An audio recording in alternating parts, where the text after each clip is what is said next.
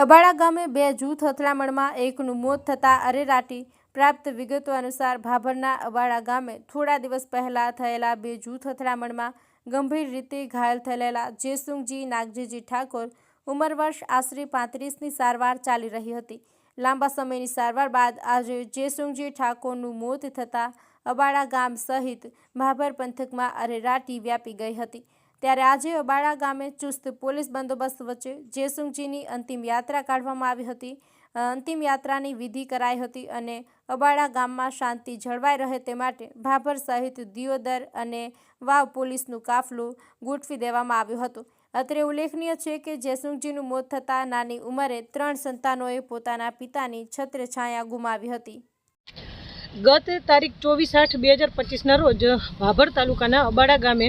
ઠાકોર સમાજના બે જૂથ જેમાં બળવંતજી નાગજી ઠાકોર તથા ચાલુ સરપંચ બબીબેન રમેશજી ઠાકોરના કુટુંબના ભાઈઓ સાથે અગાઉ કરેલા દબાણ બાબતે જે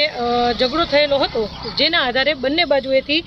જૂની કલમ IPC 307 અને નવા ભારતીય ન્યાય સંહિતાના કલમ નંબર 109 મુજબ રાયોટિંગ સાથે ગુનો દાખલ કરેલો હતો,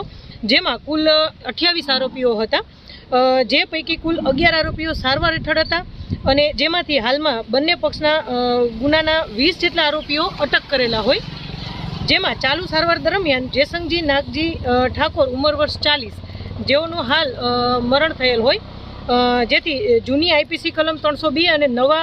BNS 103 મુજબની કલમનો ઉમેરો કરી આગળની કાર્યવાહી કરેલ છે અને આ બાબતે કોઈ અનિચ્છનીય બનાવ ના બને, ગામમાં શાંતિપૂર્ણ માહોલ જળવાઈ રહે તે માટે કાયદો વ્યવસ્થા જાળવવા સારું